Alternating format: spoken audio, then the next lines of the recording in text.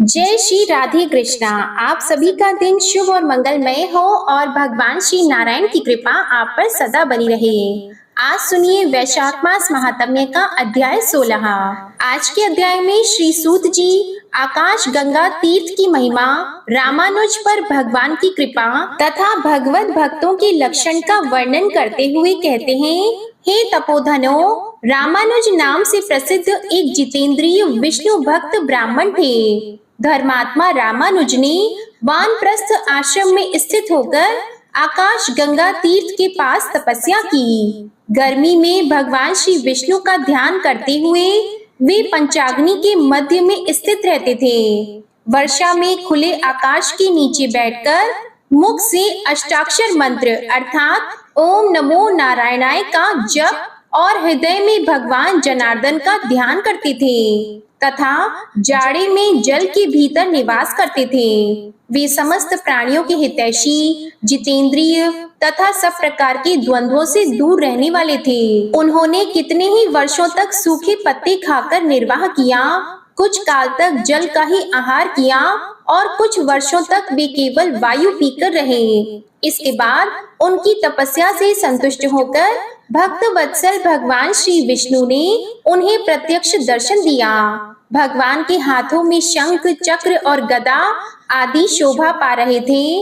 उनके नेत्र विकसित कमल के दलों की भांति सुंदर थे। श्री अंगों की दिव्य प्रभा कोटि कोटि सूर्य के समान थी। वे विंता नंदन गरुड़ पर आरूढ़ होकर छत्र और चमर से सुशोभित थे। हार, भुजबंद, मुकुट और कड़े आदि आभूषण उनके अंगों की शोभा बढ़ाते थे। विश्वक्सेन और सुनंद आदि पार्षद भगवान को सब ओर से घेर कर खड़े थे। वीणा, वेणु और मृदंग आदि बाजे बजाने वाले नारद आदि के द्वारा उनकी महिमा का गान हो रहा था। भगवान का ऐश्वर्य परम उत्तम रूप से प्रकट हो रहा था। वे पीतांबर से शोभायमान थे। उनके वक्ष स्थल में श्री लक्ष्मी का निवास था। श्याम मेघ के समान उनकी कांति थी। दोनों पार्श्व भाग में खड़े हुए सनक आदि महायोगी भगवान की सेवा में लगे थे। अपनी मंद मंद मुस्कान से तीनों लोकों को मोहते और अंगों की दिव्य प्रभा से दसों दिशाओं को सम्मानित एवं प्रकाशित करते हुए भक्त सुलभ दया निधान भगवान वेंकटेश्वर महामुनि रामानुज के समीप उपस्थित हुए। उन्होंने अपनी चारों बाहों से मुनि को पकड़कर हृदय से लगा लिया और प्रेम पूर्वक कहा, महामुनि, कोई वर मांगो, मैं तुम्हारी तपस्या से बहुत प्रसन्न हूँ। तुमने जो नमस्कार किया है उससे मेरा प्रेम और भी बढ़ गया है। मैं तुम्हें वर देने के लिए आया हूँ। तब रामानुज बोले, नारायण, हे रमानाथ, श्रीनिवास, हे जगन्मय, जनार्दन, जगत धाम, गोविंद, नरकांत, वेंकटाचल शिरोमणि, मैं आपके दर्शन से ही कृतार्थ हो गया। धर्मनिष्ठ पुरुष आपको नमस्कार करते हैं क्योंकि आप धर्म के रक्षक हैं, जिन्हें महादेव जी और ब्रह्मा जी भी नहीं जानते। तीनों वेदों को भी जिनका ज्ञान नहीं हो पाता, उन्हीं आप परमात्मा को आज मैं जान पाया हूँ। इससे अधिक और कौन सा वरदान हो सकता है? जिन्हें योगी नहीं देख पाते, केवल कर्म कांडी लोग जिनकी झांकी नहीं कर पाते, उन्हीं आप परमात्मा का आज मुझे प्रत्यक्ष दर्शन हो रहा है। इससे बढ़कर और क्या हो सकता है? संपूर्ण जगत के स्वामी वेंकटेश्वर, मैं इतने से ही कृतार्थ हूँ, जिनके नाम का स्मरण करने मात्र से बड़े बड़े पातकी मनुष्य भी मुक्ति को प्राप्त हो जाते हैं। उन्हीं भगवान जनार्दन का आज मैं प्रत्यक्ष दर्शन करता हूँ। हे प्रभु, आपके युगल चरणाविंदों में मेरी अविचल भक्ति सदा बनी रहे। श्री भगवान ने कहा, महामते रामानुज, मुझ में तुम्हारी दृढ़ भक्ति हो। ब्राह्मण, मेरी कही हुई दूसरी बात भी सुनो। जब सूर्य मेष राशि पर जाते हैं, उस समय चित्रा नक्षत्र से युक्त पूर्णिमा होने पर जो लोग आकाश गंगा में स्नान करते हैं, वे पुनरावृत्ति रहित परम धाम को प्राप्त होते हैं। रामानुज, तुम आकाश गंगा के समीप ही निवास करो। पूर्व जन्मों के कर्मों के अनुसार प्राप्त हुए इस शरीर का अंत होने पर तुम्हें मेरे स्वरूप की प्राप्ति होगी। इस विषय में बहुत कहने की क्या आवश्यकता है। आकाश गंगा के शुभ जल में जो कोई भी स्नान करते हैं, वे सभी उत्तम भगवत भक्त हो जाते हैं। रामानुज ने पूछा, भगवान, भगवत भक्तों के लक्षण क्या हैं? किस कर्म से उनकी पहचान होती है? मैं इस विषय को सुनना चाहता हूँ। तब भगवान श्री वेंकटेश बोले, मुनि श्रेष्ठ, तुम भगवत भक्तों के लक्षण सुनो, जो समस्त प्राणियों के हितैषी हैं, जिनमें दूसरों के दोष देखने का स्वभाव नहीं है, जो किसी से भी डाह नहीं रखते और ज्ञानी, निष्प्रह तथा शांत चित्त हैं, वे श्रेष्ठ भगवत भक्त हैं। जो मन, वाणी और क्रिया द्वारा दूसरे को पीड़ा नहीं देते और जिनमें संग्रह करने का स्वभाव नहीं है, तथा उत्तम कथा सुनने में जिनकी सात्विक बुद्धि संलग्न रहती है, तथा जो मेरे चरणाबिंदों के भक्त हैं, जो उत्तम मानव माता पिता की सेवा करते हैं, देव पूजा में तत्पर रहते हैं, जो भगवत पूजन के कार्य में सहायक होते हैं और पूजा होती देखकर मन में आनंद मानते हैं, वे भगवत भक्तों में सर्वश्रेष्ठ हैं। जो ब्रह्मचारियों और सन्यासियों की सेवा करते हैं तथा दूसरों की निंदा कभी नहीं करते हैं, जो श्रेष्ठ मनुष्य सबके लिए हितकारक वचन बोलते हैं और जो लोक में सद्गुणों के ग्राहक हैं, वे उत्तम भगवत भक्त हैं। जो सब प्राणियों को अपने समान देखते हैं तथा शत्रु और मित्र में समभाव रखते हैं, जो धर्मशास्त्र के वक्ता तथा सत्यवादी हैं और जो ऐसे पुरुषों की सेवा में रहते हैं, वे सभी उत्तम भगवत भक्त हैं। दूसरों का अभ्युदय देखकर जो प्रसन्न होते हैं तथा भगवान नामों का कीर्तन करते रहते हैं और जो भगवान के नामों का अभिनंदन करते, उन्हें सुनकर अत्यंत हर्ष में भर जाते और संपूर्ण अंगों में रोमांचित हो उठते हैं, जो अपने आश्रम उचित आचार के पालन में तत्पर, अतिथियों के पूजक तथा वेदार्थ के वक्ता, वे उत्तम वैष्णव हैं। जो अपने पढ़े हुए शास्त्रों को दूसरों के लिए बतलाते हैं और सर्वत्र गुणों को ग्रहण करने वाले हैं, जो एकादशी का व्रत करते हैं, मेरे लिए सत्कर्मों का अनुष्ठान करते रहते हैं, मुझ में मन लगाते हैं, मेरा भजन करते, मेरे भजन के लिए लालायित रहते तथा सदा मेरे नामों के स्मरण में तत्पर होते हैं, वे उत्तम भगवत भक्त हैं। सद्गुणों की ओर जिनकी स्वाभाविक प्रवृत्ति है, वे सभी श्रेष्ठ भक्त हैं। तब ऋषियों ने पूछा, भगवान, दान किसको देना चाहिए और दान का समय कौन सा है? श्री सूत जी बोले, द्विजवरों, नपुंसक, पुत्रहीन, पाखंडी, वेद वेताओं तथा ब्राह्मणों से द्वेष रखने वाले और अपने वर्णाश्रम उचित कर्म का त्याग करने वाले पुरुष को दिया हुआ दान निष्फल होता है। जो पराई स्त्रियों में आसक्त है, दूसरों के धन का जिसके मन में बड़ा लोभ है तथा जो गीत गाने वाला है, ऐसे ब्राह्मण को दिया हुआ दान निष्फल होता है। जिसके मन में दोष दर्शन का भाव भरा है, जो कृतघ्न और मायावी है, जिसमें ज्ञान का अभाव है, जो सदा भीख मांगने वाला है, हिंसक है, जो नाम विक्रय, वेद विक्रय, स्मृति विक्रय तथा धर्म विक्रय करने वाला है और दूसरों को सताना ही जिसका स्वभाव बन गया है, ऐसे ब्राह्मण को दिया हुआ दान भी निष्फल होता है। जो कोई भी पाप में संलग्न रहने वाले हैं, उनसे न तो कुछ लेना चाहिए और न उन्हें कुछ देना ही चाहिए। उत्तम कर्म में तत्पर क्षत्रिय, अग्निहोत्री, जीविकाहीन, दरिद्र तथा कुटुंबी ब्राह्मण को दान देना चाहिए। जो देवताओं की पूजा में लगा रहने वाला और पुराणों की कथा बांचने वाला है, ऐसे ब्राह्मण को उनमें भी प्राय जो दरिद्र हो,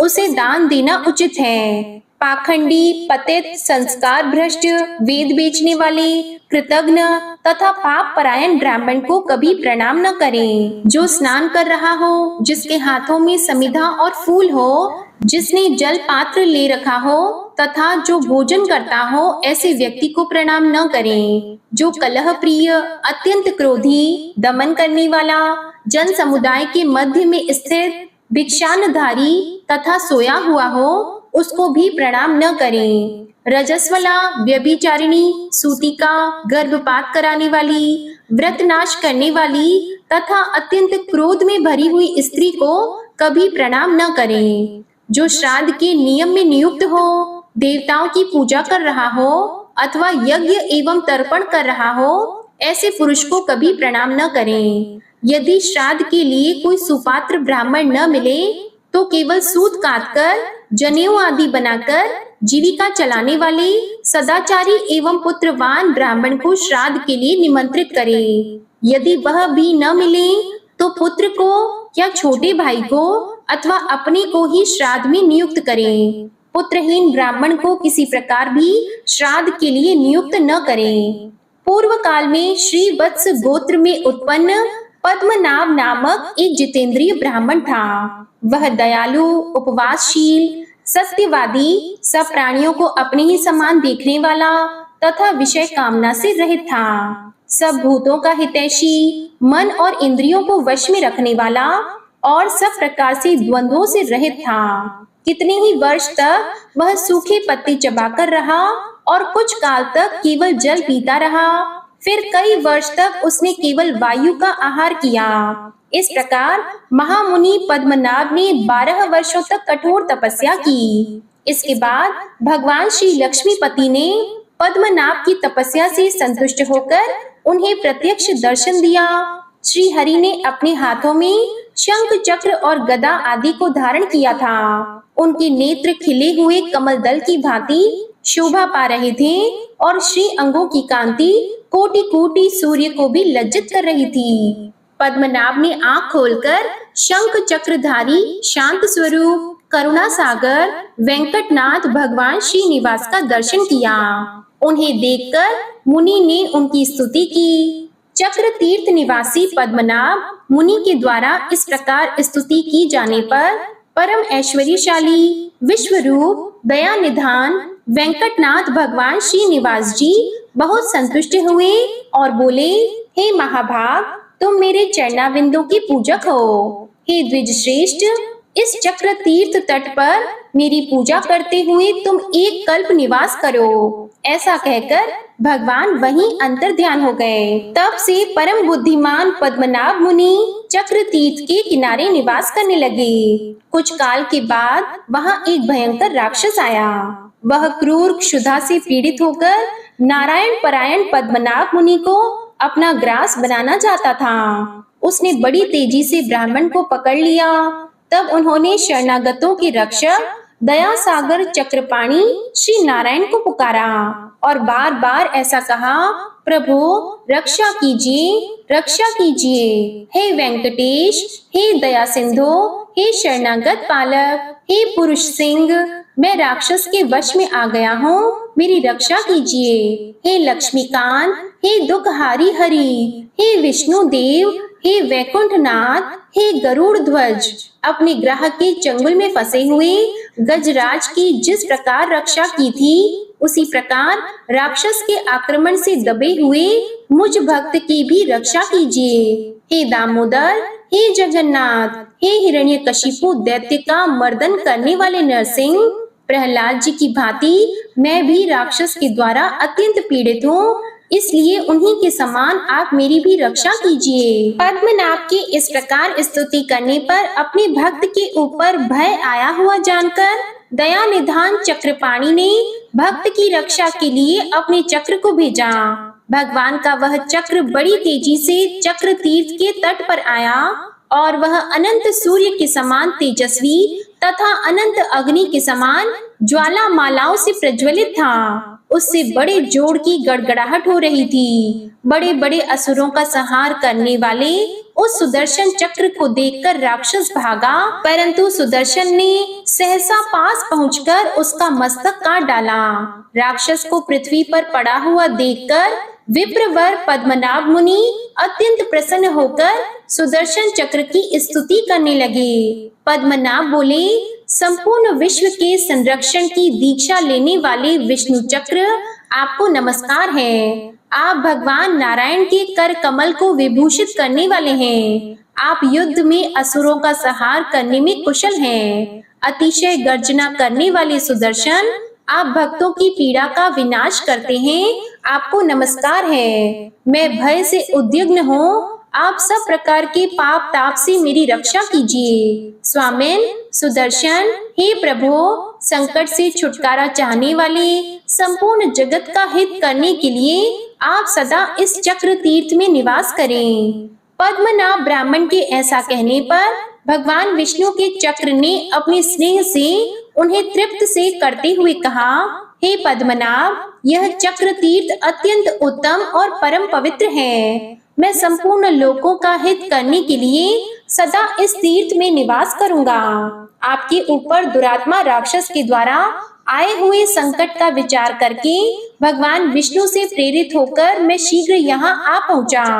आपको पीड़ा देने वाले उस अधम राक्षस को मैंने मार डाला और आपकी उससे भय से रक्षा की, क्योंकि आप भगवान के भक्त हैं। हे विप्रवर, सब पापों का हरण करने वाले इस परम पवित्र चक्र तीर्थ में सब लोगों की रक्षा के लिए मैं सदा निवास करूंगा।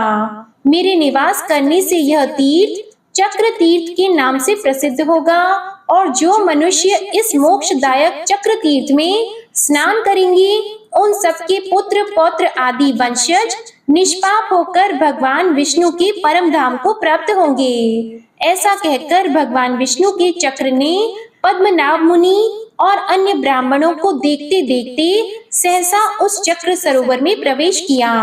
श्री सूत जी कहते हैं, हे शौनक आदि महर्षियों, इस प्रकार मैंने तुम लोगों से चक्र तीर्थ के महात्म्य का वर्णन किया। जो मनुष्य एकाग्रचित होकर इस अध्याय को पढ़ता या सुनता है उसे चक्र तीर्थ में स्नान करने का उत्तम फल प्राप्त होता है। जय श्री कृष्णा। आज का अध्याय यहीं समाप्त हुआ। इसके आगे का वृतांत आप अगले अध्याय में सुनेंगे। अब आप सुनिए विष्णु चालीसा का पाठ। विष्णु सुनिए विनय सेवक की चित लाए, कीरत कुछ वर्णन करो दीजिए ज्ञान बताए। नमो विष्णु भगवान खरारी, कष्ट नशावन अखिल बिहारी। प्रबल जगत में शक्ति तुम्हारी, त्रिभुवन फैल रही उजियारी। सुंदर रूप मनोहर सूरत, सरल स्वभाव मोहनी मूरत। तन पर पीतांबर अति सोहत, बैजंती माला मन मोहत। शंख चक्र कर गदा विराजे, देखत दैत्य असुर दल भाजे। सत्य धर्म मद लोभन गाजे, काम क्रोध मद लोभन छाजे। संत भक्त सज्जन मन रंजन, दनुज असुर दुष्टन दल गंजन। सुख उपजाए कष्ट सब भंजन, दोष मिटाय करत जन सज्जन। पाप काट भव सिंधु उतारण, कष्ट नाश कर भक्त उबारण। करत अनेक रूप प्रभु धारण, केवल आप भक्ति के कारण। धरणी धेनु बन तुम ही पुकारा, तब तुम रूप राम का धारा। भार उतार असुर दल मारा, रावण आदिक को संहारा। आप वराह रूप बनाया, हिरण्याक्ष को मार गिराया। धर्मस्य तन सिंधु बनाया, 14 रत्नन को निकलाया। अमिलख असुरन द्वंद मचाया, रूप मोहिनी आप दिखाया। देवों को अमृत पान कराया, असुरन को छवि से बहलाया। कूर्म रूप धर सिंधु मझाया, मंदराचल गिरि तुरत उठाया। शंकर का तुम फंद छुड़ाया, भस्मासुर को रूप दिखाया। वेदन को जब असुर डुबाया, कर प्रबंध उन्हें ढूंढवाया। मोहित बन कर खल ही नचाया, उस ही कर से भस्म कराया। असुर जलंधर अति बलदाई, शंकर से उनकी लड़ाई। हार पार शिव सकल बनाई, कीन सती से छल खल जाई। सुमिरन कीन तुम्हें शिव रानी, बतलाई सब विपत कहानी, तब तुम बने मुनीश्वर ज्ञानी। वृंदा की सब सुरति भुलानी, देख तीन धनुज शैतानी। वृंदा आए तुम्हें लपटानी, हो स्पर्श धर्म क्षति मानी। हना असुर उर शिव शैतानी, तुमने ध्रुव प्रहलाद उबारे। हिरणाकुश आदिक खल मारे, गणिका और अजामिल तारे। बहुत भक्त भव सिंधु उतारे, हरहु सकल संताप हमारे। कृपा करहु हरि सिरजनहारे, देखहु मैं निज दर्श तुम्हारे। दीप बंधु भक्तन हितकारे, चाहता आपका सेवक दर्शन। करहु दया अपनी मधुसूदन, जानो नहीं योग्य जब पूजन। होय यज्ञ स्तुति अनुमोदन, शील दया संतोष सुलक्षण। विदित नहीं व्रत बोध विलक्षण, करहु आपका किस विधि पूजन। कुमति विलोक होत दुख भीषण, करहु प्रणाम कौन विधि सुमिरन। कौन भांति मैं करहु समर्पण, सुर मुनि करत सदा सेवकाई। हर्षित रहत परम गति पाई, दीन दुखिन पर सदा सहाई। निज जन जान लेव अपनाई, पाप दोष संताप नशाओ। भव बंधन से मुक्त कराओ, सुत संपत्ति दे सुख उपजाओ। निज चरणन का दास बनाओ, निगम सदा ये विनय सुनावे। पढ़े सुने सो जन सुख पावे। श्री विष्णु चालीसा समाप्त होती है। प्रेम से बोलिए भगवान विष्णु और माता लक्ष्मी की जय। आपको आज की कथा पसंद आए तो वीडियो को लाइक कीजिएगा, शेयर कीजिएगा, कमेंट में भगवान श्री लक्ष्मी नारायण जी की जय लिखिएगा और चैनल को भी सब्सक्राइब करिएगा। इसी के साथ आज आप हमारे चैनल पर गुरुवार व्रत की कथा भी जरूर सुनिएगा। प्रेम से बोलिए श्री हरि विष्णु जी की जय।